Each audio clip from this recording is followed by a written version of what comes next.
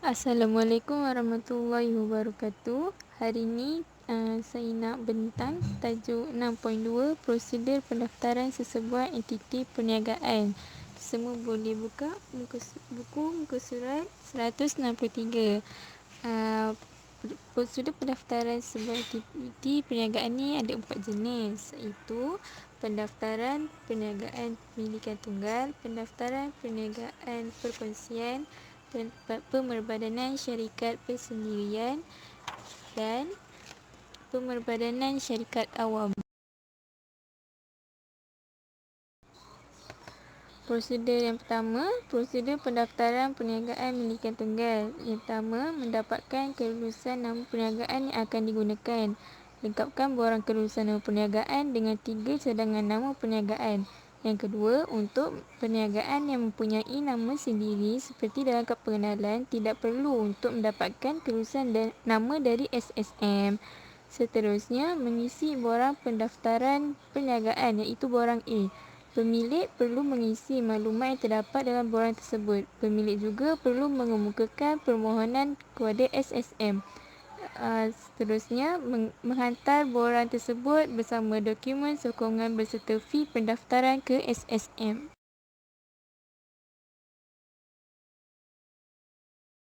Yang kedua, prosedur pendaftaran perniagaan perkongsian. Prosedur ni dia sama je dengan pendaftaran perniagaan milikan tunggal. So, dekat bawah ni boleh tengok buku teks borang nak isi. Kena isi nama sendiri, nama trade, kena isilah maklumat perniagaan tu semua, jenis perniagaan yang nak dijalankan, alamat cawangan, kena isi semua tu dengan lengkap. Dengan ni maklumat pemilik ni semua, pengesahan pemilik tunggal atau rakan kongsi kena isi semua.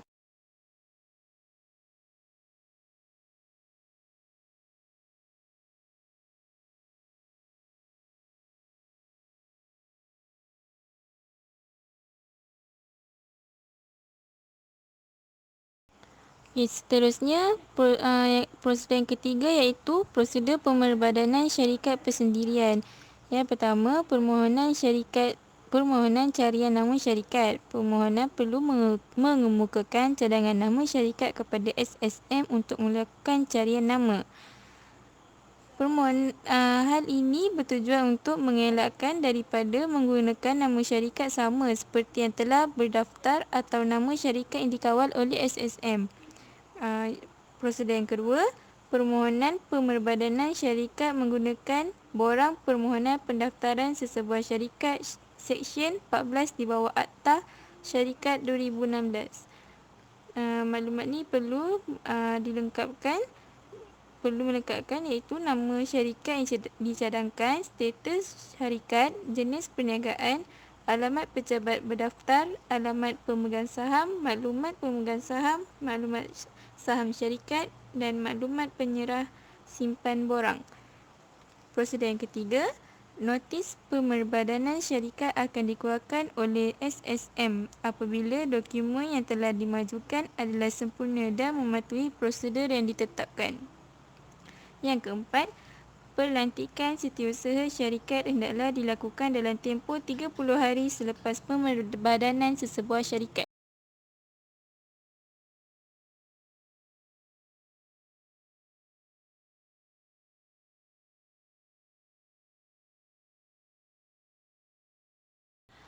Prosedur yang terakhir iaitu prosedur pemerbadanan syarikat awam. Yang pertama, perlu membuat permohonan carian nama. Yang kedua, permohonan perbadanan syarikat awam iaitu nama syarikat yang dicadangkan, status syarikat, jenis syarikat, alamat pejabat berdaftar, maklumat pemegang, maklumat saham syarikat, maklumat penyerah simpan borang. Yang ketiga, pengeluaran notis pemerbadanan syarikat oleh SSM. Proses pemerbadanan syarikat awam ni dia sama seperti syarikat persendirian di bawah Akta Syarikat 2016. Ni contoh notis syarikat daripada SSM. Semua boleh tengok. Kalau tak jelas boleh tengok muka surat 168.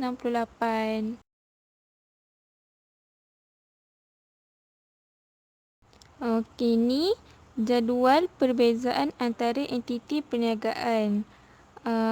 Akta yang mengawal selia perniagaan dia Akta Pendaftaran Perniagaan 1956, APP 1956. Kalau syarikat pula, Akta Syarikat 2016, AS 2016. Kalau perkongsian liability terhad, PLT, Akta Perkongsian Liability Terhad, PLT 2012.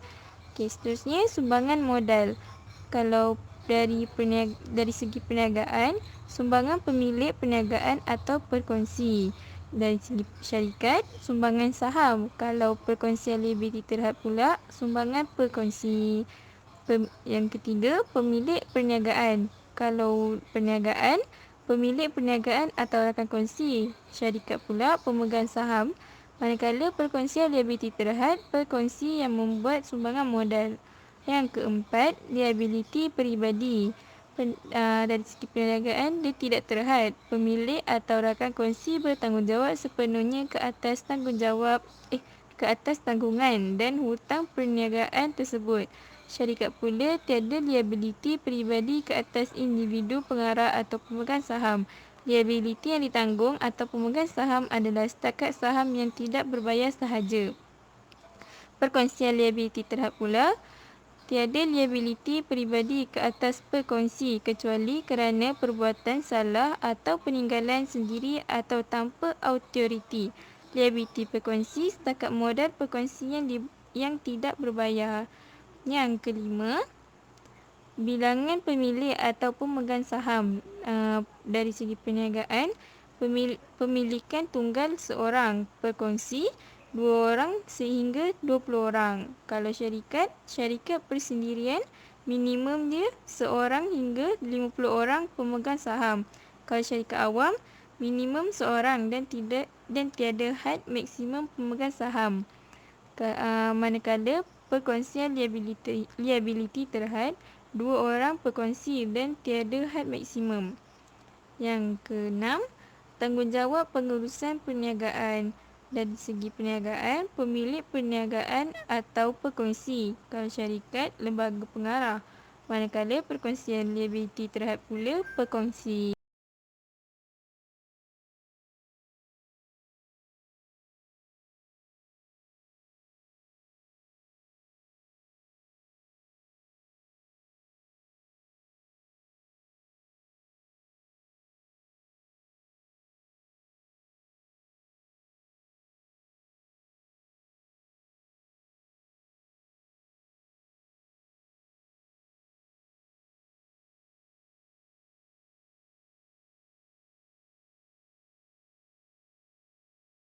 Okey, kita masuk kepada akronim pula. Akronim pertama iaitu akronim Prosedur Pendaftaran Perniagaan Milikan Tunggal. Akronim yang pertama, DAKE-NAPA. DAKE-NAPA iaitu DA dapat, KE kelulusan, NA nama, PE perniagaan. DAKE-NAPA. Yang kedua, MENGBOA. MENGBOA. Mengisi, BOA borang A. Mengisi borang A. MENGBOA. Yang ketiga, hantar sama dofi. Hantar sama dofi ke SSM iaitu hantar dokumen fee ke SSM. Akronim yang kedua, akronim Syarikat Pemerbadanan Syarikat Persendirian. Yang pertama, PERCANAS. PERCANAS. Permohonan, carian, nama, syarikat. Permohonan carian nama syarikat. PERCANAS. Yang kedua, GUBOMDA. GUBOMDA.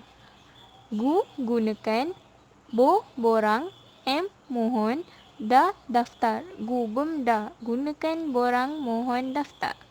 Yang ketiga, Norisusyam. Notis, dari, Susyam, Suruhanjaya Syarikat Malaysia. Norisusyam. Yang keempat, PES. Pelantikan Setiausaha Syarikat. PES. Pelantikan Setiausaha Syarikat. Okey, untuk akronim prosedur pemodenan syarikat awam pula, dia lebih kurang macam akronim pemulbadanan syarikat persendirian. Yang pertama, percanas. Permohonan, carian, nama, syarikat percanas. Yang kedua, Perbasyam.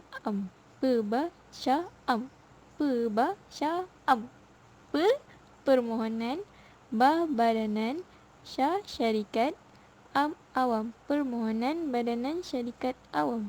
Yang ketiga, Nori Basya SSM. No notis, dari, badanan, SSM syarikat SSM. Notis dari badanan syarikat SSM.